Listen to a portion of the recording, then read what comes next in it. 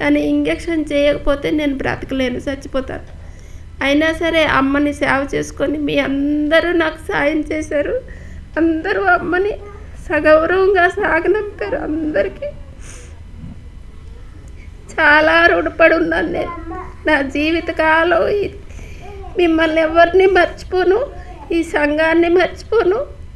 ఈ సంఘం ఎప్పటికీ అమ్మకి తీసుకెళ్ళినట్టుగా నన్ను కూడా మీ చేతుల మీదుగా తీసుకెళ్తారని ఆశపడుతున్నాను.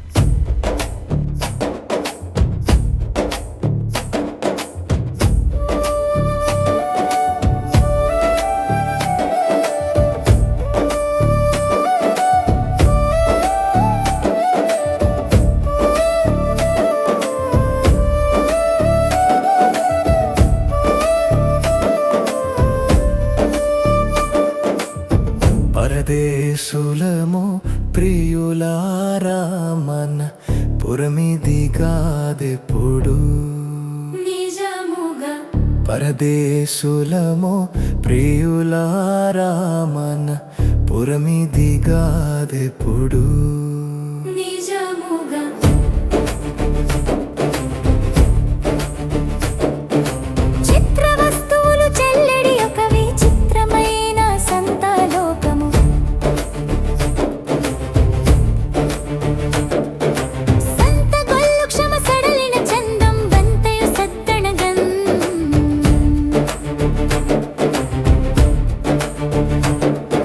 స్థిరమని నమ్మకు ధర ఎవ్వరికి పరలోకమే స్థిరము. మనం ఏమనుకుంటామంటే ఈ బలం నాకు శాశ్వత కాలం ఉంటుంది అనుకుంటా ఉంటాం. అందరూ అట్లా అయిపోయిందేమో, లేకపోతే మరి పెద్దమ్మ అట్లా అయిపోయిందేమో, కానీ నేను అట్లా కాననుకుంటా ఉంటాం మనం. కాబట్టి ఈ బలం మనకి ఎంతో, ఈ యొక్క యవన కాలం అంతా కూడా మన బలమే మనల్ని విర్రవిగా చేస్తుంటది. ఎవరిపైన ఆధారపడకుండా చేస్తూ ఉంటుంది. నాకు ఎవరు అవసరం లేదన్నట్టుగా చేస్తూ ఉంటుంది. కోపము, ద్వేషము, పగలతోటి నింపుతూ ఉంటుంది. అహంతోటి నింపుతూ ఉంటుంది. గర్వం మనకు ఉంటుంది. డబ్బు ఉంటే ఇంకా ఏముంది, డబ్బు నాకు ఉన్నది, నేను అన్ని చూసుకుంటాను అంటూ ఉంటాం. మన బిల్డింగ్ కట్టుకొని దాన్ని చూసి మురిసిపోతూ ఉంటాం. నేను ఎంత సంపాదించినా, నేను ఎంత గొప్ప అని అనుకుంటూ ఉంటాం. లేకుంటే మనకు ఒక పొజిషన్ ఉండి సమాజంలో అందరూ మెచ్చుకుంటూ ఉంటే మనం ఏమనుకుంటామంటే, అబ్బా మనకున్న స్థాయి వేరే వాళ్ళకి లేదు కదా, నేను అంత గొప్ప అని అనుకుంటా ఉంటాం. కానీ దావీదు తన జీవితంలో తన బలం మీద ఆధారపడలేదు, తన ధనం మీద ఆధారపడలేదు, తన మరి పొజిషన్ మీద ఆధారపడలేదు. రాజు కదా, నేను రాజుగా పరిపాలించినాను కదా, అందరూ నన్ను బాగా చూసుకుంటారని అందరి మీద కూడా నమ్మకం పెట్టుకోలేదు. తన భార్య మీద నమ్మకం పెట్టుకోలేదు, తన పిల్లల మీద కూడా నమ్మకం పెట్టుకోలేదు, ఎవరి మీద నమ్మకం పెట్టుకోలేదు. నాకు మంచి డాక్టర్స్ ఉన్నారు కదా, ఆ డాక్టర్స్ నన్ను మంచి వైద్యం ట్రీట్ చేస్తారు అని నమ్మకం పెట్టుకోలేదు. ఈరోజు ధనవంతులను, లేకుంటే రాజకీయ నాయకులను, లేకుంటే ఉద్యోగస్తులను, లేకుంటే మంచి పొజిషన్లో ఉన్న వారిని పలకరించండి, చూడండి. వాళ్ళు ఏమంటారు తెలుసా? దేవుని గురించి ఒక మాట చెప్తే దేవుడు నాకు ఎందుకని అంటాడు, ఆ మాట నాకు అవసరం లేదంటారు. టీవీ పెట్టుకొని కాళ్ళ మీద కాలు వేసుకొని చూస్తూ ఉంటారు. నా ప్రాణమా సుఖించుము, తాగుము, తినుము, నీకేం తక్కువ లేదు అన్నట్టుగా బ్రతుకుతూ ఉంటారు. కానీ దావీదు అట్లా బ్రతకడం లేదు. దావీదు ఏమంటున్నాడు? నా బలం పోతుంది ఒక రోజు, నా యొక్క జ్ఞానం అంతా పోతుంది ఒక రోజు, నా చేతులు ఒక రోజు పని చేయవు, నాకు ఒక రోజు చేత కాకుండా అయిపోతా నేను అని చెప్పి అది గుర్తు చేసుకుంటున్నాడు. ఈరోజు విశాల్ కూడా ఒక మాట అంటున్నాడు, అన్నా నాకు జీవితంలో బాగా నాకు గుర్తొచ్చేది ఏంటంటే నా ఎండింగ్ ఎట్లా ఉంటుంది, ఇలాంటి పరిస్థితుల్లో ఎట్లా ఇది మనకి చాలా కృంగదీస్తుంది అని అంటా ఉన్నాడు. ఎస్, మనం అందరం కూడా అది ఆలోచించడం చాలా మంచి విషయమే. నేను బలహీనమైపోతే ఎట్లా, అందుగురించి దేవుడు ప్రతి ఒక్క వ్యక్తిని ఈ పరిస్థితి గుండా పోయేటట్టు చేసినాడు. దేవుడు ప్రతి ఒక్కరు మనం ఈరోజు బలం ఉన్నాము, జ్ఞానం ఉన్నాము అందరం అనుకోవాలా. వేరే వ్యక్తి నాకు అవసరం లేదు అనుకున్న వాళ్ళు అందరూ అనుకోవాలా. ఈరోజు బిడ్డలు తండ్రిని చూడడానికి వస్తలేరు. ఈరోజు బిడ్డలు నా అమ్మమ్మని చూడడానికి వస్తలేరు. ఎందుకంటే వాళ్ళకి అవసరం లేదు. ఈరోజు ఆమె పోతేనే మంచిది అనుకుంటున్నారు ఈరోజు. కానీ గుర్తుపెట్టుకోండి, మీకు కూడా ఇదే పరిస్థితి కూడా వెళ్తారు. మనం అందరం కూడా తప్పదు ఈ పరిస్థితి కూడా అందరం పోవాలి. ఎవరో ఒక రోజు మనల్ని పట్టుకొని పోవాలి. పేతురు కూడా ఒక దగ్గర ఏమన్నాడంటే, యేసుప్రభు ఏమన్నాడంటే, పేతురు నీకు బలం ఉన్నప్పుడు నీకు ఇష్టం వచ్చినట్టు చోట తిరిగినావు, నువ్వు ఎక్కడ పోవాలనుకుంటే అక్కడ పోయినావు. ఒక టైం వస్తుంది, నీకు బలం పోతుంది, వేరే తోడు వచ్చి నీకు ఇష్టం లేని చోటుకు నేను తీసుకుపోవాల్సి వస్తుంది అని చెప్తా ఉన్నాడు కదా. కాబట్టి ఈ యొక్క చోటు మనకు ఎవరికి కూడా ఇష్టం ఉండదు, కానీ అందరం కూడా తప్పకుండా ఈ చోటు పోవాల్సిందే. కాబట్టి తొందరగా మనం మేల్కొని జీవితానికి ఏది విలువైంది, వృద్ధాప్యంలో ఏది మనల్ని కాపాడుతుంది, ఆ బలము ఉడిగినప్పుడు మనము ఏ దాని మీద ఆధారపడగలుగుతాం, మనకి ఏ సపోర్ట్ ఇస్తుంది, అది మనం ఆలోచించాలి. ఆ ఆలోచన ఏంటిదంటే దావీదుకు వచ్చింది ఆలోచన. ఏం ఆలోచన ఇచ్చిందంటే, దేవా నా బలము ఉడిగినప్పుడు నన్ను మరవకమన్నాడు దేవుణ్ణి నమ్ముకున్నాడు. ఇక్కడ కూడా ఏమంటున్నాడు మళ్ళీ ఒకసారి చదవండి, 23:73-26 చదవండి. నా శరీరము నా హృదయము క్షీణించిపోయినను దేవుడు నిత్యము నా హృదయమునకు ఆశ్రయదుర్గము. చూడండి, బలమునై ఉన్నాడు, ఆశ్రయదుర్గమై ఉన్నాడు. ఆ హృదయాన్ని మనం కృంగిపోయినప్పుడు కదా, ముసలైనప్పుడు మన దగ్గర ఏ ఆకర్షణ ఉండదు, మన అందం పోతుంది. మన తెల్ల ఎంటుకలు ఎంతో ఇష్టమని నల్లగా ఉన్నాయి నా ఎంటుకలు అని చెప్పుకుంటే ఒక రోజు, కానీ ఈరోజు తెల్ల ఎంటుకలు చూడడానికి కూడా బాగుండవు. మా నాన్న మొన్న హెయిర్ కటింగ్ చేస్తాను, ఎంటుకలు చూస్తే అయ్యా తెల్ల ఎంటుకలు చూస్తే చూడబుద్ధి కూడా అవుతలేదు, ఎందుకు ఇట్లా అయిపోయింది. కానీ ఒకప్పుడు ఆయన ఒక మాట చెప్పలేకపోతుంటే ఎంత గట్టిగా, ఎంత అగ్రెసివ్గా, ఎంత క్రోధంగా ఉండేవాడు. కానీ మొన్న హాస్పిటల్ పడి ఆరోగ్యం పాడైపోయి తర్వాత మా పైన ఆధారపడుతుంటే ఏడుస్తూ ఉన్నాడు ఆయన. నాకు ఈ గతి వస్తుందని ఎప్పుడు అనుకోలేదండి. ఈరోజు తెలుసుకుంటున్నాడు ఆయన, అర్థమవుతున్నది. కాబట్టి ఈరోజు నేను అర్థం చేసుకోవాలి ఏంటిదంటే, మనం యొక్క ముగింపు దగ్గర ఎవరు మనతోటి ఉండరు, దేవుడే మనతోటి ఉంటాడు. ఆ ముగింపు సమయంలో నిన్ను ఎత్తుకొని కాపాడేవాడను నేనే అంటున్నాడు. ముదిమి వచ్చే వరకు ఎత్తుకొని కాపాడేవాడను, చంక పెట్టుకున్నవాడను నేనే అంటున్నాడు. ఆ దేవుడు నీకు నాకు అందరికీ అవసరం. ఈ పెద్దమ్మ యొక్క మరణం ద్వారా దేవుడు మాట్లాడుతున్నాడు. మన వృద్ధాప్యంలో ఏది మనం నమ్ముకోలేము, దేవుడు మాత్రమే నమ్ముకోగలము. ఆయన మాత్రమే మనతో ఉంటాడు, ఆయననే ధైర్యం ఇస్తాడు, ఆయననే మనల్ని కాపాడుతాడు, 10 మందిని మన కొరకు సిద్ధం చేస్తాడు, చేసి మన యొక్క మన జీవిత లోక యాత్ర ముగించేంత వరకు కూడా ఆయన బాధ్యత వహిస్తాడు. ఇంకా ఎవరు కూడా బాధ్యత వహించలేరు. నమ్ముకోవద్దు, మన బంధువులను నమ్ముకోవద్దు, పెంచిన మన పిల్లల్ని కూడా నమ్ముకోలేము. మనం అంత అశాశ్వతమైన లోకం. శరీరాన్ని ఎవరు కూడా మన బలహీనతలో, మన శ్వాస అందరికి అసహ్యమవుతుంది, మన యొక్క చర్మము చూడబుద్ధి కాదు వేరే వాళ్ళకి, మన దగ్గరికి రావడానికి కూడా అవతల వ్యక్తి ఇష్టపడడు. అలాంటి స్థితిలో ముసలితనం అనేది ఉంటుంది, దేవుని దగ్గర చేరే సమయం ఉంటుంది. ఆ టైంలో ప్రేమించేవాడు దేవుడు ఒక్కడు మాత్రమే, గుర్తుపెట్టుకోండి. యోబు కూడా అదే పరిస్థితి కూడా వెళ్ళినాడు.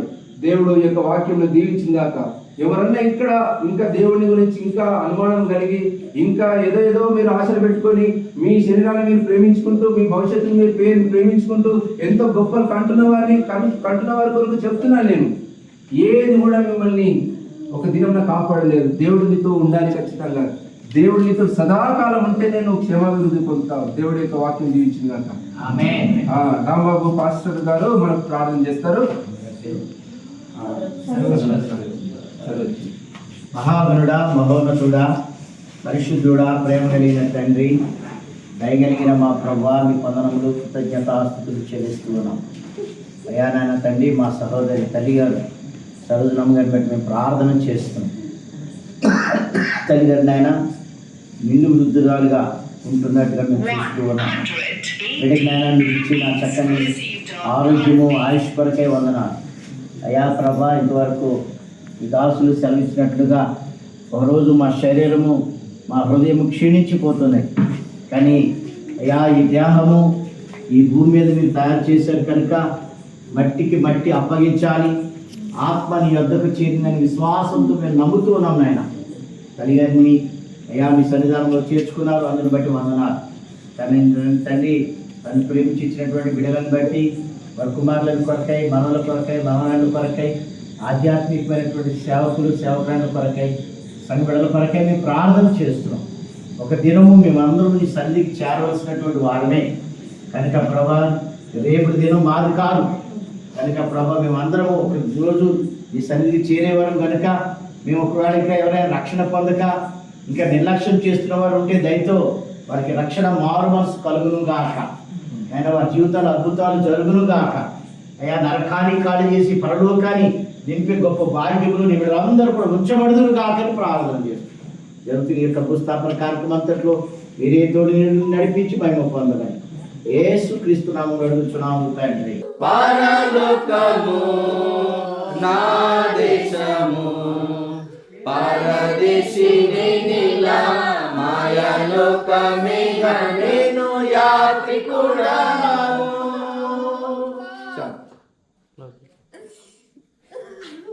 చూస్తే చూడండి అక్క, ఇక అయిపోయింది అక్క, దేవుడు తీసుకున్నాడు ఇక.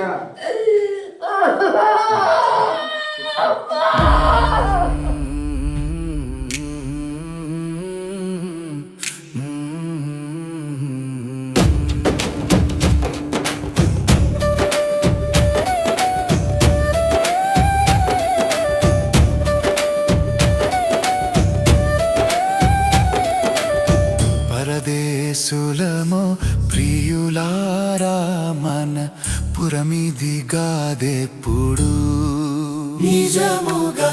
పరదేశులమో ప్రియులారా మన పురమిదిగాదెప్పుడు నిజముగా.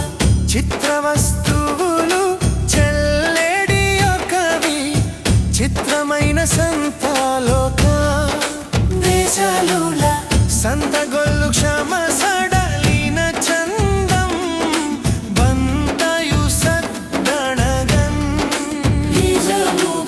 స్థిరమని నమ్మకు ధరయౌవరికిని పరలోకమే స్థిరము నిజముగా. పరదేశులమో ప్రియులారా మన పురమిదిగాదెప్పుడు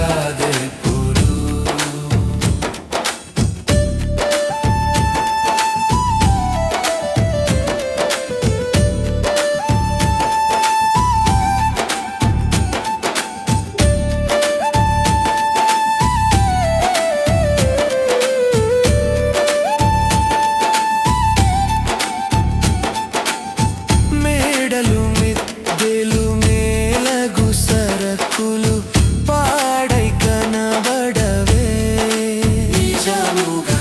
మేడలు మిద్దెలు మేలగు సరకులు పాడై కనబడవే నిజముగా. ధరాన్యంబులు దరగక మానవు పని పాటలు పోయే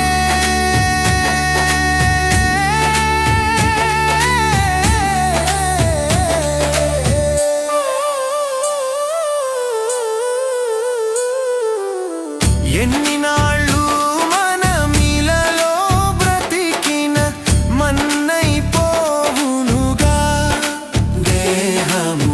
వచ్చితిమి చటికి వట్టి హస్తముల తెచ్చినదే దీయులే గదా.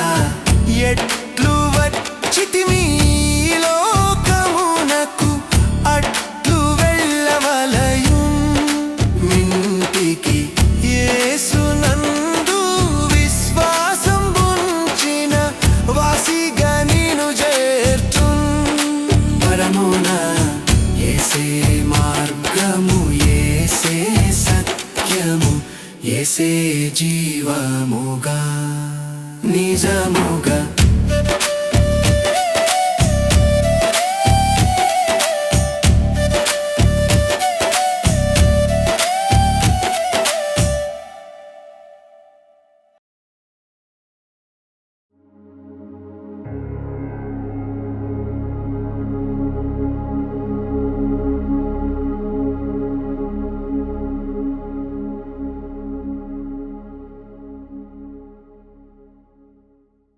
ఆయన మాట్లాడెను అని రాయబడింది బైబిల్. చనిపోయిన తర్వాత మాట్లాడెను అని రాయబడింది. కాబట్టి అది తన జీవితంలో ఎంతో గొప్ప విషయం. హెబ్రీ 11:4 అతడు మృతి పొందియు ఆ విశ్వాసం ద్వారా మాట్లాడుచున్నాడు. ఎక్కువ రోజులు బ్రతకలేదు హేబేలు, తొందరగా చనిపోయినాడు. తర్వాత హేబేల్ అంటే అర్థం ఏంటిదో తెలుసా? ఒక బుడగ, లేకుంటే ఒక గాలి, లేకుంటే ఒక క్షణక మాత్రం ఉండేది, జస్ట్ ఒక ఎయిర్ అన్నమాట, జస్ట్ ఒక బ్రీత్. అంటే ఇంత అర్థం ఉంది దానికి. అంటే గట్టోడు గాడని అర్థం. ఏమి కూడా వేస్ట్గా ఇట్లా ఆవిరైపోయే టైప్ అనమాట. అలాంటి పర్సను, ఏ విలువ లేని పర్సను, ఏ గట్టితనం లేని పర్సను, ఏది కూడా సాధించలేని పర్సను. అదే మరి మెతుసెల లేకుంటే ఆదాము వీళ్ళందరూ కూడా దాదాపు 900 సంవత్సరాలు బ్రతికిరు. కానీ ఈయన స్టార్టింగ్లో చంపబడ్డాడు. మరి ఇలాంటి జీవితాన్ని మనం ఏమంటాం? ఉదాహరణకు మనం లోకంలో ఏది సాధించలేదు, ఏది విలువ లేదు, మనకు ఒక గొప్పతనము కూడా ఏమీ లేదు, డబ్బు సంపాదించలేదు కదా, పిల్లలు కూడా లేరు అనుకుందాం, ఒకవేళ ఉన్నా కూడా వాళ్ళని కూడా ఒక మంచి పొజిషన్కి మనం తేలేకపోయినాం, తర్వాత అన్నిట్లలో మనం చాలా వెనుకబడ్డాం. మరి ఈ జీవితం ఏమంటాం మనం? ఈ జీవితాన్ని ఏమంటాం? అర్ధాంతరంగా ముగిసిన జీవితం. సో ఇలాంటి పరిస్థితిలో కనీసం అంటే లోకాన్ని కూడా ఎంజాయ్ చేయలేదు, కొంచెం ఆనందంగా కూడా గడపలేదు కొన్ని రోజులు అనేది దాని ఆలోచన. అలాంటి వ్యక్తి పాపం అయ్యో అనే పరిస్థితిలో చనిపోయినాడు. ఆయన పాపము అయ్యో అనే పరిస్థితిలో చనిపోయినాడు. మరి అలాంటి జీవితాన్ని మంచి దీవెనకరంగా జీవితం అని అంటామా మనము?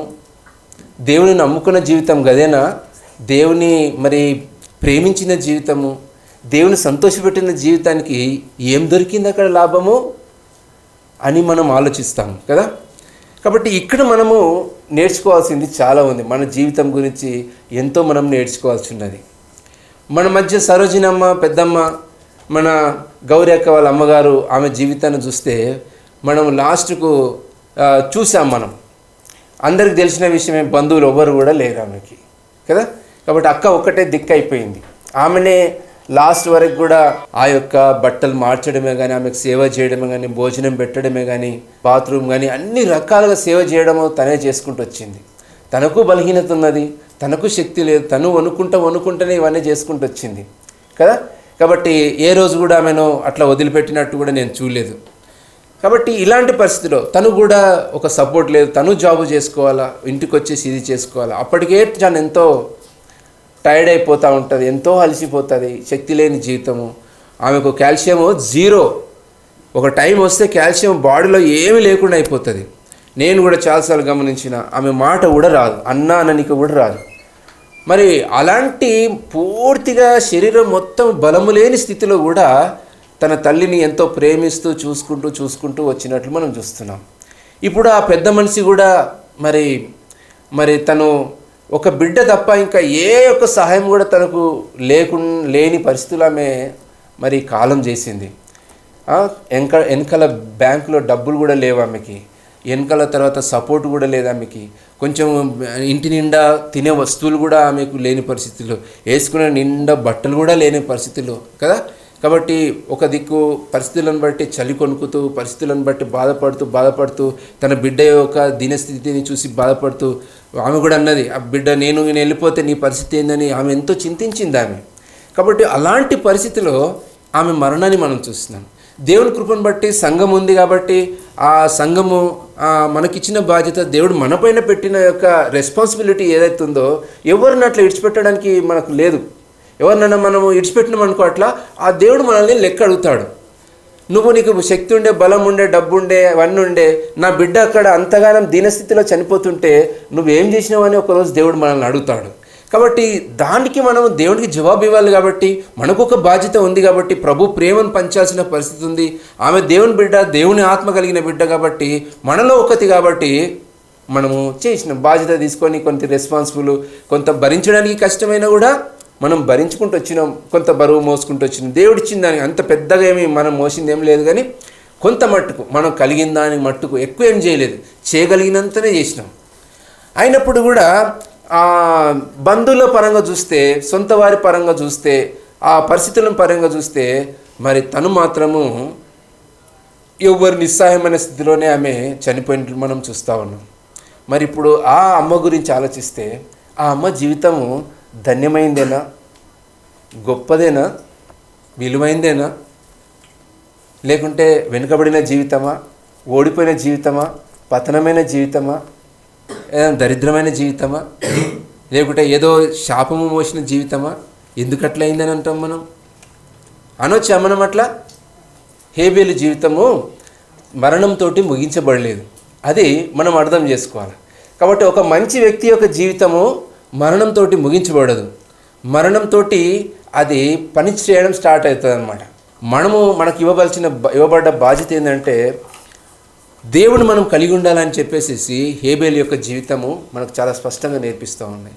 కాబట్టి హేబేలు జీవితం అంట తన జీవితంలో ఏమీ లేకపోయినా కూడా, తన జీవితం అంతా ఓడిపోయినట్టు కనిపించినా కూడా, తన జీవితం అంతా కూడా ఏదో మరి నష్టపోయినట్టు, మధ్యాంతరంగా తన జీవితం అంతరించిపోయినట్టు కనిపించినప్పుడు కూడా తను చనిపోయిన తర్వాత మాట్లాడుతున్నాడు. మరి ఏం మాట్లాడిండో ఒక ముక్క కూడా బైబిల్లో రాయబడలేదు ఆయన గురించి కదా. ఏం మంచిగా ఉన్నదో ఏం కూడా రాయబడలేదు ఆయన జీవితంలో. కానీ ఆయన మాట్లాడాను అని రాయబడింది బైబిల్. చనిపోయిన తర్వాత మాట్లాడాను అని రాయబడింది. కాబట్టి అది తన జీవితంలో ఎంతో గొప్ప విషయం. కాబట్టి ఎవరైనా మరి ఈ దాని కొరకు మనం సిద్ధపడాలి. మన జీవితంలో మనము చనిపోతాం ఒకరోజు. నేను ప్రతి మరణాన్ని చూసినప్పుడు కూడా, మా నాన్నను చూసినప్పుడు కూడా, మా నాన్న ముడతబడిన శరీరం చూసినప్పుడు కూడా, మా నాన్న తెల్లెంటికలు చూసినప్పుడల్లా కూడా, లేకుంటే మా నాన్న ఉన్న బాడీ ఆయన స్ట్రేట్గా ఉండి ఆయన ఎంత స్ట్రాంగ్ ఉండే, ఆయన చూస్తూ వస్తుంటే ఎట్లా వంగిపోతూ ఉన్నాడు, ఎట్లా ఆ బలహీనతలు కనిపిస్తూ ఉన్నాయి, ఇవన్నీ చూసినప్పుడు నాకు ఏమనిపిస్తుంది తెలుసా? నెక్స్ట్ నేను కూడా ఇంకొక 10 ఇయర్స్లో లేక ఇంకొక 15 ఇయర్స్లో నేను కూడా అదే కండిషన్లోకి వస్తాను కదా అని అనుకుంటూ ఉంటాను. కాబట్టి మనం అందరం కూడా ఆ కండిషన్ గుండా పోతూ ఉంటాం. కాబట్టి ఇది ఎస్కేప్ అయ్యేది కాదు. మనం అందరం కూడా తప్పకుండా పరిస్థితి గుండా పోవాలా. అర్థమైందా? మరి కాబట్టి ఖచ్చితంగా మనం ఎదుర్కోవాల్సిన ఒక ముఖ్యమైన దానిని మనం విస్మరించి అసలు నాకు మరణమే లేదు, నన్ను చంపేటోడే లేడు అన్నట్టుగా మనం భూమి మీద బ్రతికితే అది ఎంత దౌర్భాగ్యమైన విషయం అది. కాబట్టి మనము భూమి మీద తెలివైన వాడు మరి చేసే పని ముఖ్యం ఏంటిదంటే, ఏదైతే మనం తప్పకుండా ఎదుర్కోవాలనో తప్పదో దాని కొరకు సిద్ధపడేది. అందుకే దావీదు కూడా ఎంత గొప్పడైనా కూడా ఒక మాట అన్నాడు, నా అంతం ఎట్లుంటుందో ఒక్కసారి చూపించు దేవా అని అన్నాడు దావీదు కదా. నా అంతం ఎట్లుంటుందో తెలుపుము నా అంతము నాకు అనే పాట ఉన్నది. నా అంతం ఎట్లుంటుందో తెలియజేయ అన్నాడు.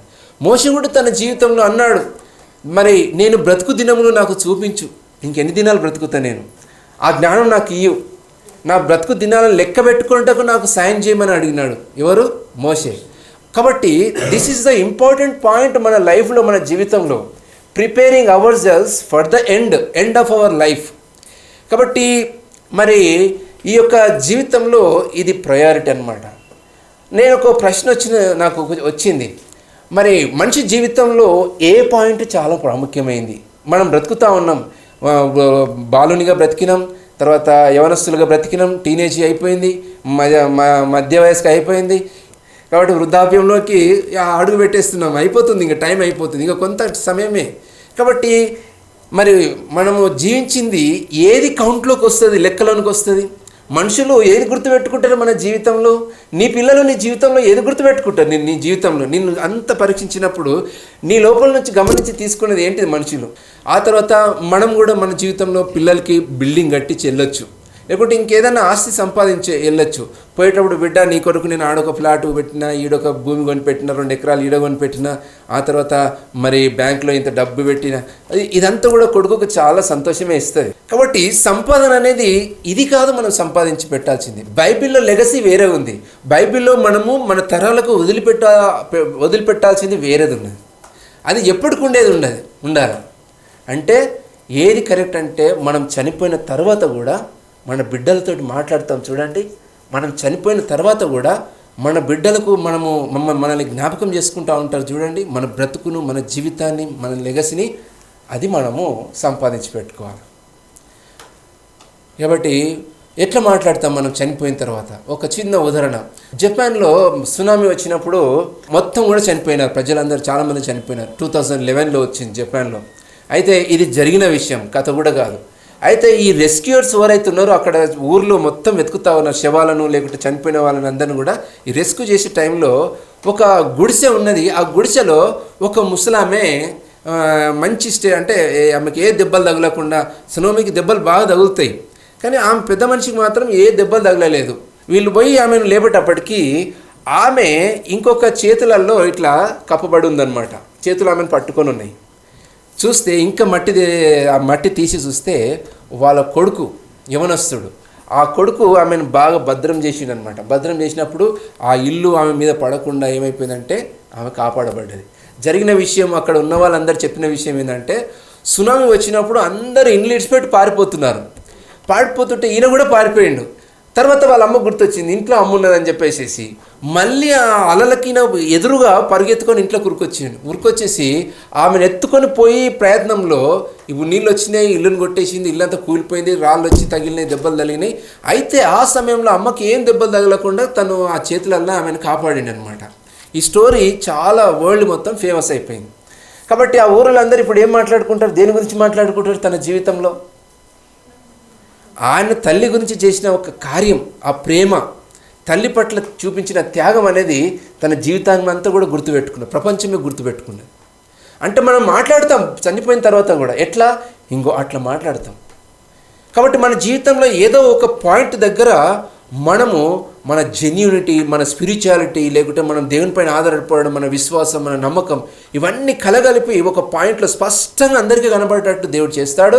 అప్పుడు మనం అందరితో మాట్లాడుతూ ఉంటాం, శాశ్వతంగా మాట్లాడుతూ ఉంటాం. దానికి ఎడ్యుకేషన్ ఏమి కూడా అవసరం లేదు. కాబట్టి ఈరోజు చాలామందికి పనికించే వాళ్ళు ఎలన్ మస్క్ కాదు, అందరికీ నిజంగా పనికొచ్చేటోడు బిల్ గేట్స్ కాదు, అందరికీ నిజంగా పనికొచ్చేటోడు మైకేల్ జాక్సన్ కాదు. వాళ్ళందరూ కూడా జస్ట్ ఎంటర్టైన్మెంట్కి లేదు ఇంకో లైఫ్లో ఏదో కొంతదానికి. కానీ బుక్స్ రాసి బుక్స్ ద్వారా వాళ్ళ జీవితాలను నేర్చుకోవడానికి పనికొచ్చే జీవితం ఎవరిదంటే చేపలు పట్టేటటువంటి పామర్లైన శిష్యులు. అది మా పామరు వాళ్ళు, చేపలు పట్టే వాళ్ళ దగ్గర ఏమి కూడా లేదు, చదువు లేదు, ఏమి లేదు, ఆస్తి లేదు, ఏమి లేదు. బట్ స్టిల్ మనము చదువుతున్నాం, నేర్చుకుంటున్నాం. ఈ 2000 సంవత్సరాల నుంచి మనం నేర్చుకుంటూనే ఉన్నాం, వాళ్ళ జీవితాన్ని స్టడీ చేస్తున్నాము. ఇప్పటివరకు ఇప్పుడు మనం నేర్చుకుంటున్నాము, మన తర్వాత తరం వాళ్ళు కూడా వాళ్ళ జీవితాలు నేర్చుకుంటూనే ఉంటారు. అప్పుడు చనిపోయిన వాళ్ళు ఇప్పటికీ మనతో మాట్లాడుతూనే ఉన్నారు, పౌలు ఇప్పటికీ మాట్లాడుతూనే ఉన్నాడు. అది లైఫ్ కదా. మన జీవితము, మనము ఇతరులతో లైఫ్ టైం మొత్తం మాట్లాడగలిగే జీవితమే సరైన జీవితం.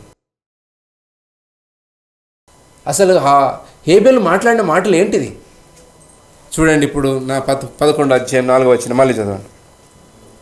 విశ్వాసమును బట్టి హేబెలు కయీను కంటే శ్రేష్ఠమైన బలి దేవునికి అర్పించెను. దేవుడు అతని అర్పణలను గూర్చి సాక్ష్యం ఇచ్చినప్పుడు అతడు ఆ విశ్వాసమును బట్టి నీతిమంతుడని సాక్ష్యము పొందెను. అతడు మృతి నొంది ఆ విశ్వాసము ద్వారా మాట్లాడుచున్నాడు. కాబట్టి ఎట్లా మాట్లాడాడు ఆయన? ఒక్క మాట మాట్లాడలేడు బైబిల్లో, కానీ దేవుడు ఏమంటుండు? మాట్లాడుతూనే ఉన్నాడు అని చెప్తున్నాడు అనమాట. మరి మాట్లాడడం దేని గురించి మాట్లాడుతున్నాడు? దేని గురించి మాట్లాడు హేబెలు? విశ్వాసం ద్వారానే మాట్లాడుతుండు, కానీ ఏం మాట్లాడిండు అది మనకి ఇంపార్టెంట్ కదా. కాబట్టి బైబిల్లో మరి పౌలు చాలా చక్కగా దాన్ని బయటికి తీసి మాట్లాడుతుందంటే కయీను కంటే శ్రేష్టమైన బలిని అర్పించి మాట్లాడాడు అనమాట. అర్థమైందా? అంటే దాని అర్థం ఏంటిది? మీరు కూడా దేవునికి అర్పించేటప్పుడు, ఏదైనా అర్పణ ఇచ్చేటప్పుడు శ్రేష్టమైనది ఇవ్వండి అని మాట్లాడుతున్నాడు. కాబట్టి ప్రతి జీవితంలో కూడా మనం మొట్టమొదటిగా నేర్చుకోవాల్సిన ఈ యొక్క పాఠాలు ఏంటివంటే దేవునికి ఫస్ట్ ప్రయారిటీ ఇవ్వడం నేర్చుకోవాలి లైఫ్లో. అది మాట్లాడుతుంది. అర్థమైందా? మోస్ట్ ఇంపార్టెంట్ బైబిల్ యొక్క థీమ్ ఏంటిదో తెలుసా? నువ్వు నీ దేవుడైన యెహోవాని పూర్ణ మనసుతో పూర్ణాత్మతో దేవుని ప్రేమించడం. అంటే హయ్యెస్ట్ ప్రయారిటీ నువ్వు దేవునికి ఇవ్వాలి. అది బైబిల్ యొక్క పునాది, ఈ ప్రాముఖ్యత అనమాట. ఇప్పుడు బైబిల్లో కూడా చాలా దగ్గర రాయబడి ఉంది, దేవుణ్ణి మీ హృదయంలో ప్రభువుగా ప్రతిష్ఠించుకొనుడి. ప్రభు అంటే అర్థం ఏంటిది? నిన్ను ఏలేవాడని అర్థం. అంటే ఉదాహరణకు నేను ఎండి పొజిషన్ నేను ఉంటే కంపెనీలో ఏ నిర్ణయం తీసుకున్నా నాకు అడిగే తీసుకోవాల్సి వస్తుంది కదా, పనిచేసే వాళ్ళందరూ కూడా. అది ప్రభు అని అర్థం. నీ జీవితంలో నీ హృదయంలో దేవుడు ప్రభువుగా ప్రతిష్ఠించుకుంటే నువ్వేం చేస్తావు తెలుసా? నీ జీవితం ప్రతిది కూడా దేవుని అడిగి చేస్తూ ఉంటావు.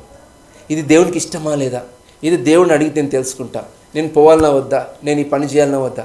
అందుకే యేసుక్రీస్తు ప్రభు కూడా తండ్రి చిత్తం లేకుండా ఏమి కూడా చేయలేదని రాయబడింది. భక్త సింగ్ బ్రదర్ కూడా దేవుడు చెప్పండి ఏది కూడా చేయలేడు అంటే ఆయన అమెరికా నుంచి వైట్ హౌస్ నుంచి పిలిస్తే కూడా పోలేదని అర్థం. తర్వాత ఒక మంచి ఫ్రెండ్ వచ్చేసి ఆఫ్రికా ఖండంలో ఆయన ఉన్నప్పుడు మనం ఒక జూ చూద్దాం రామని చెప్పిండంట. ఆయన అక్కడ అంత యానిమల్స్ చూడొచ్చు అని పిలిస్తే భక్త సింగ్ బ్రదర్ దేవుడిని అడిగినంట పోవాలనంటే దేవుడు అన్నాడంట, నువ్వు జూ పార్క్ చూడడానికి ఆఫ్రికాకు వచ్చినావని అడిగినంట. చూడండి దేవుని ఎంతగా వాళ్ళు ప్రతిష్ఠించుకున్నారు ప్రభువుగా. మరి మన జీవితంలో మనము మన పిల్లలతోటి మనం మాట్లాడాలంటే, మన మరణము ఇతరులతో మాట్లాడాలంటే మన జీవితంలో దేవుడు హయ్యెస్ట్ ప్రయారిటీ ఉండాలి. మా ఊర్లో నాకు చాలా చెడ్డ పేరు వచ్చింది ఏంటంటే నేను మా నాన్న మాట వినకుండా ఇటు బయట తిరుగుతున్నానని పేరు వచ్చింది. అయితే అందరు ఏమనుకున్నారు, నేను అందరికి చెప్పలేను, నేను వాళ్ళందరూ హిందువులు, ఏంటయ్యా మంచి చదువుకున్నట్టు వంట నువ్వు ఉండట్లే అంటే మీ నాన్న చెప్తున్నాడు అని అంటుండే. అప్పుడు నేను ఏం చెప్పాలని అర్థం కాలేదు నాకు. అప్పుడు ఒక మాట అన్నా నేను, మాకు బైబిల్లో ఏముందంటే మొట్టమొదటిగా పుట్టింది ఏదైనా కూడా అది దేవునికి ఇవ్వాలని ఉన్నది. మొట్టమొదటిది గొర్రెలైనా కానీ ఏదైనా కూడా మొట్టమొదటి పుట్టింది దేవునికి ఇవ్వాలని ఉన్నది. కాబట్టి మా కుటుంబంలో నేను మొట్టమొదటి పుట్టినాను కాబట్టి నేను చర్చిలో ఉండడానికి వెళ్ళిపోయినా అని చెప్తుంటే అనమాట. ఓ అట్లా అని అనుకునేట్టు. కాబట్టి ఆ మాట అంటే నేను కూడా నా జీవితంలో అట్లనే నేను తీర్మానం చేసుకున్నా. నా జీవితంలో ఫస్ట్ ప్రయారిటీ దేవుడే ఉండాలని తీర్మానం చేసుకున్నా. ప్రతి దగ్గర అది నేను కనపరుస్తూ వచ్చిన. ఈవెన్ నా యొక్క 6 సబ్జెక్ట్స్ ఉంటే కూడా 6 సబ్జెక్టులలో నేను టైం టేబుల్ రాసుకున్నప్పుడు ఫస్ట్ బైబిల్కి 1 అవర్ అని పెట్టుకునేటోని. 1 అవర్ బైబిల్ అయిపోయిన తర్వాత నెక్స్ట్ బుక్స్ ఏదైనా కూడా చదవడం స్టార్ట్ చేస్తుంటే, మొట్టమొదటిగా హేబేలు విశ్వాసంతో మాట్లాడినాడు. విశ్వాసం కలిగి ఉండడము మనం చాలా ముఖ్యమైనది. విశ్వాసం అనేటప్పటికీ మనకు అది ఏందో అనిపిస్తుంది. మనము విశ్వాసం అట్లా ఎట్లా ప్రాక్టీస్ చేయాలో కూడా మనకు తెలియదు కదా. విశ్వాసం కలిగి ఉంటాం. ఎట్లా విశ్వాసం కలిగి ఉంటాం చెప్పండి? కానీ మనము ఏం చేస్తాం తెలుసా, డాక్టర్ రాసిన మెడిసిన్ మనం నమ్ముతాం. ఆ డాక్టర్ పొరపాటున అందులో విషం వేసిండా, లేకుంటే ఆ పొరపాటున అది మనకు బాగా కడుపు నొచ్చేది ఇచ్చిండా, మోషన్స్ అయ్యేది ఇచ్చిండా, లేకుంటే ఏమైపోయిందో ఏమిచ్చిండో అని మనం అనుమానం పడం కదా. డాక్టర్ని చూసి మనం ఆయన ఇచ్చిన ఆరోగ్యంగా మనం మంచిగా అవుతామని తీసుకొని, అది నమ్మకం అన్నమాట, అది విశ్వాసం. కాబట్టి అలాంటి విశ్వాసం మనం ఎప్పుడు కూడా దేవుని మీద కలిగి ఉండాలి. దేవుని మీద ఆధారపడడం, దేవునికి ప్రార్థన చేస్తే నా యొక్క ప్రార్థన వింటాడు. నా మనవిని నేను ఈరోజు నాకు ఇంత కష్టం ఉంది, దాన్ని దేవుని దగ్గరికి తీసుకుని వెళ్తా. నా పిల్లల బాధ ఇట్లా ఉంది, నా పిల్లల భవిష్యత్తు గురించి దేవుని దగ్గర తీసుకెళ్తా. లేకుంటే దేవుడు ఈ కష్టంలో నుంచి నన్ను బయటికి తీసుకొస్తాడు, అది నమ్మకం. లేకుండా నాకు డబ్బులు లేకపోతే నాకు చేతిలో ఏమి లేకపోయినా పర్వాలేదు, దేవుడు నన్ను పోషిస్తాడు. అరణ్యంలో వాళ్ళకి ఏమి కూడా లేదు, అరణ్యంలో వాళ్ళ పంట వేయలేదు, అరణ్యంలో వాళ్ళకి పంటలు వండలేదు, నీళ్ళు లేవు, వర్షం లేదు, అయినా కూడా 40 సంవత్సరాలు వాళ్ళని కాపాడలేదా? నా జీవితంలో నాకు ఉద్యోగం ఉన్నా ఏమి లేకపోయినా ఏం అవసరం లేదు, నేను దేవునికి ప్రార్థన చేస్తా, నేను బ్రతుకుతా అనే నమ్మకాన్ని మనం కలిగి ఉండాలి. అది విశ్వాసం అన్నమాట. ఆ విశ్వాసం మనం లేకుంటే మనం ఎట్లా నడుస్తాం? మనకున్న వనరులను బట్టి, మనకున్న శాలరీని బట్టి, లేకుంటే మనకున్న రేపు ఉన్న బ్యాంకు బ్యాలెన్స్ని బట్టి, లేకుంటే మనకు ఎవరైనా సాయం చేసే వాళ్ళు ఉన్నారు కాబట్టి ధైర్యంగా ఉంటాం కదా. అట్లా కాదు మనం ఉండాల్సింది. అరణ్యంలో ఇశ్రాయేలు ప్రజల్ని 40 సంవత్సరాలు పోషించిన దేవుడు నన్ను ఈరోజు పోషిస్తాడనే నమ్మకంతో మనం ఉండాలి. అది విశ్వాసం. అట్లా నువ్వు కానీ జీవిస్తే నువ్వు కూడా నీ తర్వాత తరంతో మాట్లాడతావు. కాబట్టి నేను మరి పెద్దమ్మని అడిగినాను, నేను సరోజినమ్మ పెద్దమ్మని అడిగినాను. నేను ఏమడిగినానంటే, ఆమె మంచిగా ఉన్నప్పుడే, కొద్దిగా ఆరోగ్యంగా ఉన్నప్పుడే వెళ్ళి కూర్చొని ఆమెతో కూర్చొని కొద్దిగా ఇంకేమన్నా ఆమె సరి చేసుకోవాల్సింది ఏమన్నా ఉన్నదా, రక్షణ సరిగ్గా ఉందా లేదా అని చెప్పేసి చాలా ప్రశ్నలు అడిగినాను. ప్రతిదానికి ఆమె జవాబు చెప్పింది. విశ్వసించినావా అంటే నేను దేవుని నమ్మినాను బిడ్డ అని చెప్పింది. ఆ తర్వాత రక్షణ పొందినవా? ఎస్, రక్షణ పొందిన. బాప్టిజం తీసుకున్నా. ఈ రోజు వరకు కూడా కొనసాగుతున్నావా విశ్వాసంలో? ఇప్పటికి కూడా నేను కొనసాగుతున్నా నేను అని చెప్పి ఎంతో సంతోషంగా దృఢంగా చెప్పింది. నాకు అనిపించింది ఇంకా ఆమెతో చెప్పాల్సిన అవసరం ఏం లేదు. అన్ని విధాలుగా దేవుని యొక్క రక్షణ, దేవుడు దర్శించడం, ఆమె దేవుని ఆత్మ యొక్క కార్యం ఆమెలో జరిగింది అని నమ్ముతూ వచ్చినాను నేను. కాబట్టి అలాంటి పరిస్థితుల్లో కూడా ఆమె విశ్వాసాన్ని ఏం కోల్పోలేదు. తన బిడ్డకు చెప్పింది, చర్చిలో ఉండమని చెప్పింది. ఆమె చర్చిలో దేవుని బిడ్డలు నేను చూసుకుంటారని చెప్పింది. అంత నమ్మకం ఉంది దేవుని మీద, దేవుని బిడ్డల మీద ఆమెకి. అది విశ్వాసం. అది కాబట్టి బైబిల్లో తిమోతి గురించి చెబుతూ పౌలు అంటున్నాడు ఏంటంటే, తిమోతి నీ లోపల ఉన్న విశ్వాసము ఫస్ట్ ఎక్కడ ఉండింది తెలుసా? మీ అవ్వ అయిన లోయలో ఉండింది. కాబట్టి అవ్వ అయిన లోయలో ఉన్న విశ్వాసము తిమోతిలోనికి కూడా వచ్చింది. అది లెగసీ మనం ఇవ్వాల్సింది, ఆస్తిపాస్తులు కాదు ఇవ్వాల్సింది. విశ్వాసం మనము నీకు, నీ బిడ్డకు, ఇట్లా బిడ్డలకు మనం ఆ విశ్వాసాన్ని ఇస్తూ పోవాలా. దేవుని మీద నమ్మకం పెట్టు బిడ్డ అని చెప్పాలా. దేవుడిని పరిచయం మనం వాళ్ళకి చేయాలి. నా జీవితంలో దేవుడు ఇంత గొప్పోడు. ఎవరినైనా తీసుకోండి, మీరు అబ్రహాముని తీసుకోండి, యాకోబుని తీసుకోండి, ఇస్సాకుని తీసుకోండి. వాళ్ళ తర్వాత తరానికి ఇచ్చింది ఎవరిని ఇచ్చినాడు? అబ్రహాము ఇస్సాకుకు దేవుని ఇచ్చిపోయినాడు. ఇస్సాకు తన కుమారుడైన యాకోబుకు దేవుని ఇచ్చినాడు. కాబట్టి దేవుడు ఏమంటున్నాడు? నేను అబ్రహాము దేవుడను, నేను ఇస్సాకు దేవుడను, నేను యాకోబు దేవుడను. కాబట్టి వాళ్ళు దేని చేత గుర్తించబడ్డారు? వాళ్ళు మల్లారెడ్డిలాగా కాలేజీలకు ఆయన గుర్తింపు కదా, మల్లారెడ్డి అంటే ఎంపీగా గుర్తింపు ఆయనకి, మల్లారెడ్డి అంటే పాలు అమ్మిన దానికి గుర్తింపు, మల్లారెడ్డి అంటే మల్లెపూలు అమ్మిన దానికి గుర్తింపు కదా. కాబట్టి ఇవన్నిటికి అమ్మినట్టు గుర్తింపు ఆయనకి. కానీ మనం ఆ గుర్తింపులోని కాదు. అట్లా చిన్న స్టేజ్ నుంచి చాలా ఇప్పుడు కోటేశ్వరుడు అయిన దానికి గుర్తింపు కాదు మనకి ఏ గుర్తింపు ఉండాలా? మనకు దేవుడు God of Abraham, God of Isaac, God of Jacob అంటే అర్థం ఏంటిది? దేవుడు చెప్పాలి మన గురించి, పలాని మరి రిబికమ్మ దేవుణ్ణి, పలాని యాదగిరి దేవుణ్ణి, పలాని మేరమ్మ దేవుణ్ణి అని దేవుడు చెప్పుకోవాలా. అది మన రికగ్నిషన్ కావాలా. అప్పుడు మన నుంచి మన పిల్లల తరపున కూడా దేవుడు ఉంటాడు వాళ్ళ వెంబడి ఎప్పుడు కూడా. ప్రియులారా, దేవుని చేతిలో దేవుని మనకు తర్వాత తరాన్ని వాళ్ళకి ఇచ్చిపోతే దానంత ధన్యత ఇంకేం లేదు. కాబట్టి పెద్దమ్మ జీవితంలో మనం అదే చూస్తున్నాం. మరి సరోజిని అమ్మ ఆమె మరి నాకైతే పూర్తి హిస్టరీ తెలియదు, కానీ ఆమె నిజంగా అయితే కొన్ని కోట్లకు ఆస్తిపరురాలు ఆమె. కానీ ఈరోజు చాలా మరి ఏమి లేనిదిగా తన జీవితం ముగించిపోయింది. కానీ నిజంగా మరి ఆమె యూపీ అని చెప్తూ వచ్చి నాకు కంప్లీట్ డీటెయిల్స్ అక్కకు కూడా కొంత సమయం ఇస్తాం, ఆమె చెప్తే మనకు అర్థమవుతుంది వాళ్ళ యొక్క డీటెయిల్స్. యూపీ అక్కడ నుంచి రిలేషన్ ఉన్నది, వాళ్ళ ఆస్తి వాళ్ళ అక్కడ ఉన్న పొలము సేల్ అవుతే దాదాపు ఒక 100 కోట్ల దాకా రావచ్చు అని అంట. 100 కోట్ల వరకు ఆమె ప్రాపర్టీ ఉన్నది. అంత ధనవంతురాలు ఆమె. అయినా కూడా ఈరోజు ఎంతో దయనీయమైన పరిస్థితిలో చనిపోయింది. కానీ 100 కోట్లకు మించిన యొక్క విలువ దేవుని దగ్గర ఆమెకున్నదనేది మనం ఈరోజు తెలుసుకోవాలి. హేబేల్ యొక్క జీవితం అనేది ఎట్లా కొలవబడ్డది అంటే విశ్వాసం లెవెల్ని బట్టి కొలవబడ్డది, కానీ ఎన్ని రోజులు బ్రతికిన దాన్ని బట్టి కొలవబడలేదు. ఇది నాకు మంచి గుణపాఠం. ఏంటో తెలుసా? నువ్వు ఎన్ని రోజులు బ్రతికినావు అనేది ముఖ్యం కాదు, కానీ ఎంత విశ్వాసంతో బ్రతికినావు అనేది ముఖ్యం. కాబట్టి లెంగ్తీ లైఫ్ విశ్వాసం లేకుండా ఉండి, కొద్ది లైఫ్ కానీ విశ్వాసంతో ఉండింది అయితే అది సక్సెస్ లైఫే, అంతే. దేవునికి వందనాలు, మీ అందరికీ వందనాలు. అమ్మ గురించి చెప్పాలి అంటే చాలా ఉంది, కానీ చెప్పాలి. అమ్మ పుట్టింది పెరిగింది విజయనగరం డిస్ట్రిక్ట్ నరసీపురం అమ్మ పుట్టింది. తర్వాత అమ్మ పెళ్లి చేసుకుంది సొంత మేనమామని. అంటే తాతగారు ఆస్తి ఎక్కడ బయటికి వెళ్ళిపోకుండా మా నానమ్మ మనమరాలనే ఇంటి కోడలుగా చేసుకుంది. కోట్ల ఆస్తికి 2 తోటికోడలు, 2 అన్నదమ్ములు, 2 తోటికోడలు. చాలా అమ్మకి మేనమామకి చేసుకున్నందుకు అమ్మకి పిల్లలు లేరు, అమ్మకి పిల్లలు పుట్టలేదు కూడా. అమ్మ సొంత అక్క చెల్లెళ్ళు 12 మంది అక్క చెల్లెళ్ళు, 1 తమ్ముడు. 12 మందిలో 2వ ఆమె మా అమ్మ. మా సొంత అమ్మ పెద్ద అక్క కూతుర్ని ఆమె నెల రోజుల పిల్లని తీసుకొచ్చి పెంచుకుంది.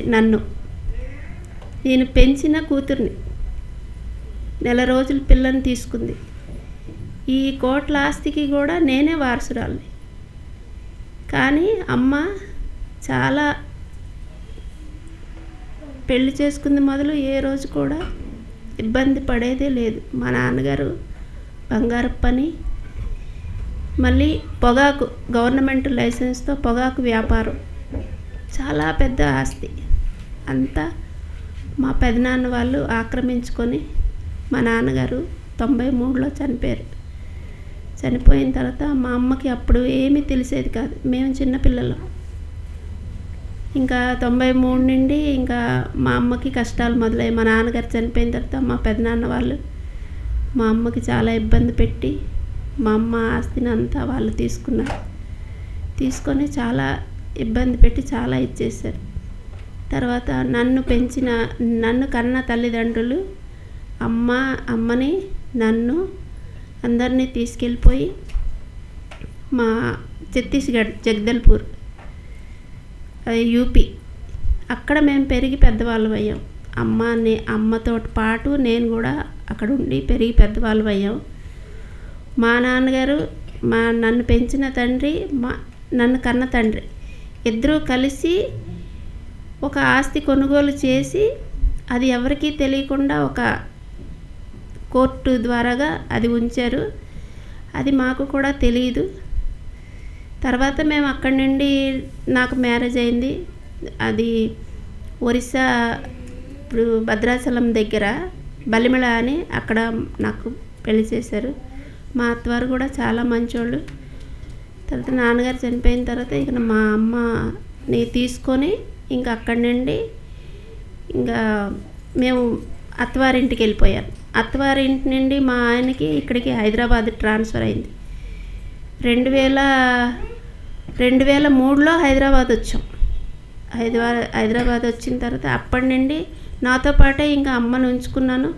ఎటువంటి ప్రాబ్లం లేకుండా అమ్మని జాగ్రత్తగా చూసుకున్నాను. తర్వాత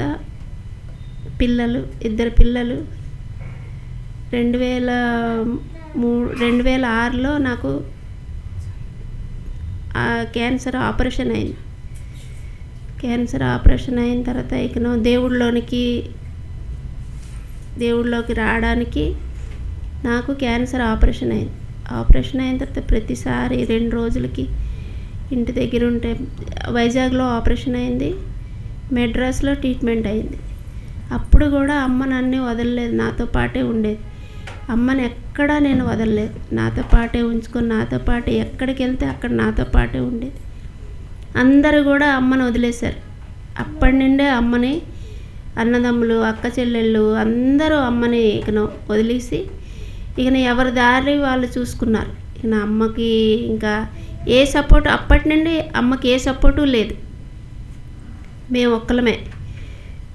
అలాగలాగా మాతో పాటే ఉండిపోయి ఇక మాతో పాటే అలాగే ఇదైంది. కొన్ని రోజుల తర్వాత మా పెదనాన్న వాళ్ళు మేము ఆస్తి ఉన్నది అని తెలిసి మా పెదనాన్న వాళ్ళు వచ్చి తీసుకెళ్తాము అన్నా సరే మేము పంపించలేదు. మాకు అవసరం లేదు, మా అమ్మ మా దగ్గరే ఉండాలి, మాకే ఆస్తిపాస్తులు ఏం అవసరం లేదు, ఏది ఉంటే మీరే చూసుకోండి అని చెప్పేసి అమ్మని మా ఆయన వదలలేదు, మా అత్తవారు వదలలేదు, ఎవ్వరూ వదలలేదు. అమ్మని మా దగ్గరే పెట్టుకున్నాం. మాకు ఆస్తితోటి నేను ఒకటే మాట, నన్ను పెంచి పెద్ద చేసింది. మాకు ఆస్తితోటి సంపర్కం కాదు, మాకు మా అమ్మే కావాలి. ఇవాళ ఉంటుంది ఆస్తి, రేపు పోతుంది. ఆస్తితోటి మాకు కాదు, మా అమ్మే కావాలని చెప్పేసి అమ్మని ఎట్టి పరిస్థితుల్లోని మేము అప్పటి నుండి ఇప్పటి వరకు కూడా అమ్మని నేను వదలలేదు. నన్ను పెంచి పెద్ద చేసి ఒక ఇంటికి ఇచ్చినా సరే అమ్మని మాత్రం ఎట్టి పరిస్థితుల్లో అమ్మని మాత్రం చాలా హేళన చేశారు, చాలా ఇబ్బంది పెట్టారు, చాలా నానా రకాలుగా బాధ పెట్టారు కూడా వాళ్ళు కానీ అన్నిటికీ తట్టుకొని అలాగే ఉంది. ఇక్కడికి వచ్చి హైదరాబాద్ వచ్చిన తర్వాత కూడా నాకు ఆపరేషన్ అయిన తర్వాత 2 రోజులు ఇంట్లో ఉంటే 1 నెల రోజులు హాస్పిటల్లో ఉండేదాన్ని. ఇలాగే తెలిసిన వాళ్ళు ఉండి నాకు హాస్పిటల్కి తీసుకెళ్ళడం చేయడం చేసేవారు. మా ఆయన ఇక్కడ ఉండేవారు కాదు, జాబ్ మీద ఎప్పుడు కంపెనీల్లోనే ఉండేవారు. అట్లాంటిది ఇలా తెలిసిన వాళ్ళు ఒక ఆమె, నువ్వు ఎంత బాధపడుతున్నావు, 2 సంవత్సరాలు అయింది ఆపరేషన్ అయ్యి బాధపడుతున్నావు, ఒకసారి దేవుడి దగ్గరికి రా, దేవుడి దగ్గరికి వస్తే నీకు తెలుస్తుంది అని చెప్పేసి నన్ను చర్చికి తీసుకెళ్ళారు. నన్ను చర్చికి తీసుకెళ్ళి కాల్షియం బాధ, అప్పటి నుండి కాల్షియం బాధతోటి ఇంజక్షన్లు సెలైన్లతోటే నేను బ్రతికేదాన్ని. తీసుకెళ్ళిన తర్వాత ఒక వారం రోజులు చర్చికి వెళ్ళా. ఆదివారం 1 నెల రోజులు అలాగే వెళ్ళిన తర్వాత నేను హాస్పిటల్ అంటూ ఏటో నాకు తెలియలేదు. అలాగ ఇంజక్షన్ తగ్గింది, టాబ్లెట్స్ తగ్గాయి, మందులు తగ్గాయి, అన్నీ తగ్గాయి. నార్మల్గా ఉండేదాన్ని, బాగుండేదాన్ని. 1 సంవత్సరం దేవుడి దగ్గరికి వెళ్ళొచ్చిన తర్వాత పూర్తిగా నాకు నమ్మకం కలిగి నేను బాప్తిసం తీసుకున్న తర్వాత కూడా అమ్మ అప్పటికి కూడా ఇంకా అమ్మ నువ్వు దేవుళ్ళో కలిసిపోవమ్మా, అమ్మ నువ్వు దేవుళ్ళో కలిసిపోవమ్మా అనుకోనే ఉండేది. అప్పటికి అమ్మకి నమ్మకం ఉండేది కాదు అసలు. ఒకసారి అమ్మకి హార్ట్ అటాక్ వచ్చింది. హార్ట్ అటాక్ వచ్చి ఇక్కడ మల్లారెడ్డి హాస్పిటల్లో జాయిన్ చేస్తే చనిపోయింది, తీసుకెళ్ళిపోమంటే లేదు మా అమ్మ చనిపోలేదు, మా అమ్మ బ్రతికే ఉంది, మీరు ట్రీట్మెంట్ చేయండి అంటే లేదమ్మా చనిపోయింది తీసుకెళ్ళంటే అక్కడి నుండి తిన్నగా వ్యాన్లో వేసుకొని తిన్నగా చర్చి దగ్గరికి తీసుకొచ్చి, చర్చి రాత్రి 11 గంటలప్పుడు తాళాలు వేసి ఉంటే, ఇక్కడే ఈ మేడ్చల్లో చర్చిలో తాళాలు వేసి ఉంటే ఆ చర్చి మెట్ల మీద అమ్మని పడుకోబెట్టి ఇంకా తెల్లవార్లు అక్కడే కూర్చొని, తండ్రి నువ్వు అమ్మ నీ మనిషి కాదు, కానీ నాకు నమ్మకం ఉంది, నేను తీసుకొచ్చాను, నీ మందిరంలో పెట్టాను, నేను ఇక్కడే ఉంటాను, నీ చిత్తమైతే అమ్మని నాకు అప్పచెప్పు, లేకుంటే నీ చిత్తం అనేసి అమ్మని మెట్ల మీద పెట్టి నేను అక్కడే కూర్చున్నా. తెల్లవార్లు కూర్చున్నా. అమ్మ ఉలుకు లేదు పలుకు లేదు. తెల్లవారుజాము 4వ గంట అయ్యేసరికి అమ్మ నీళ్ళు ఇయ్యవా అని అడిగింది.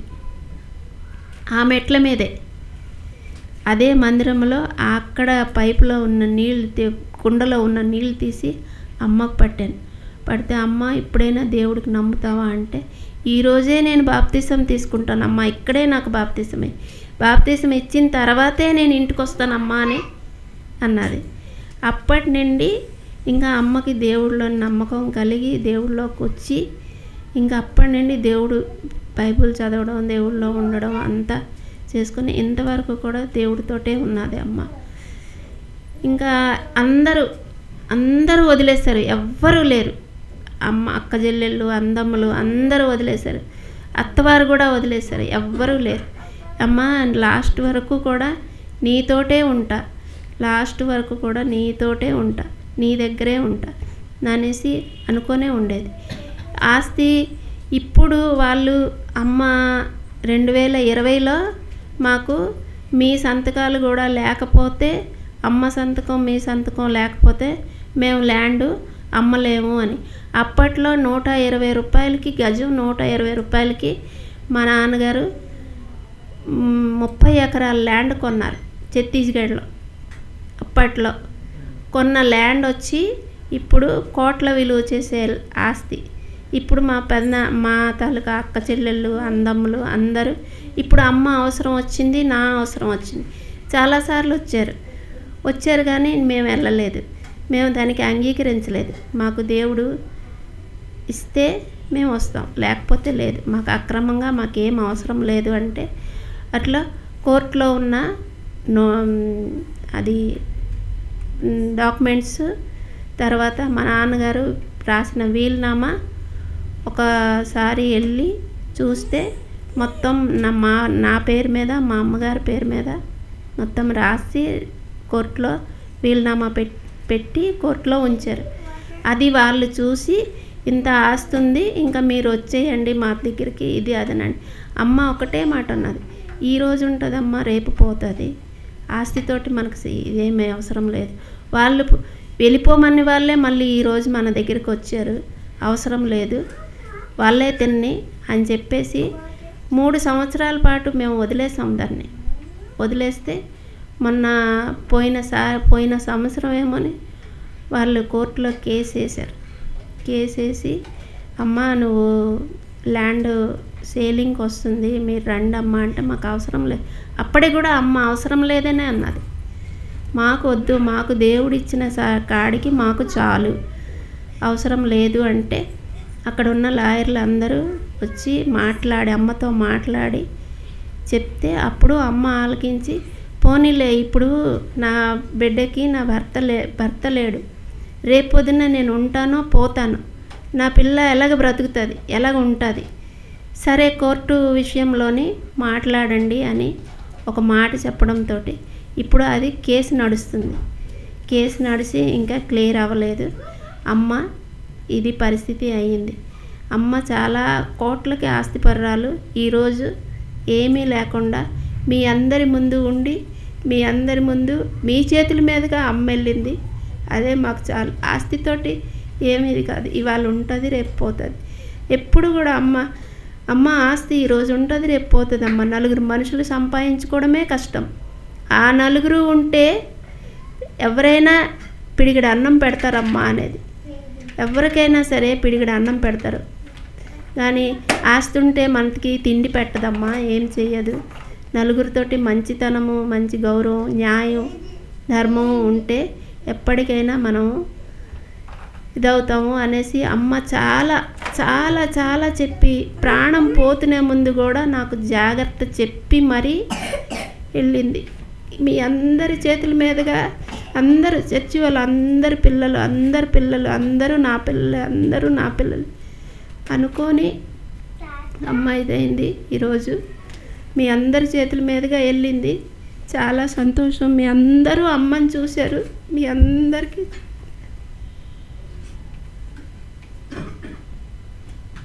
ఈ చర్చికి నేను ఎంతో రుణపడి ఉన్నాను.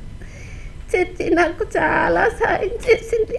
తినడానికి లేకపోయినా నాకు తిండి పెట్టింది. నాకు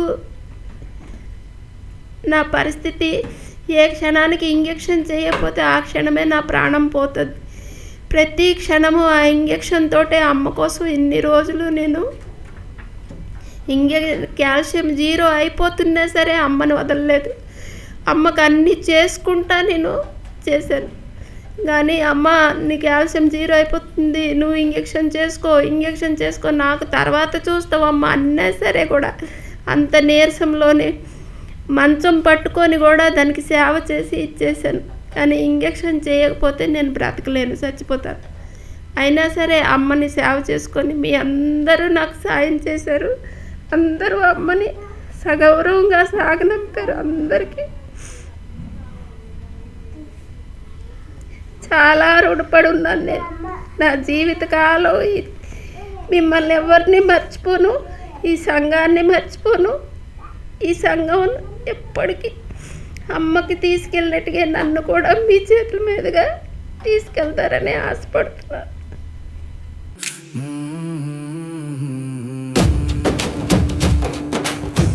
ఎట్లు వచ్చితివి లోకమునకు అట్లు వెళ్ళవలయు మింటికి యేసునందు విశ్వాసం ఉంచిన వాసిగా నిను చేర్చున్ పరమున యేసే మార్గము యేసే సత్యము యేసే జీవముగా నిజముగా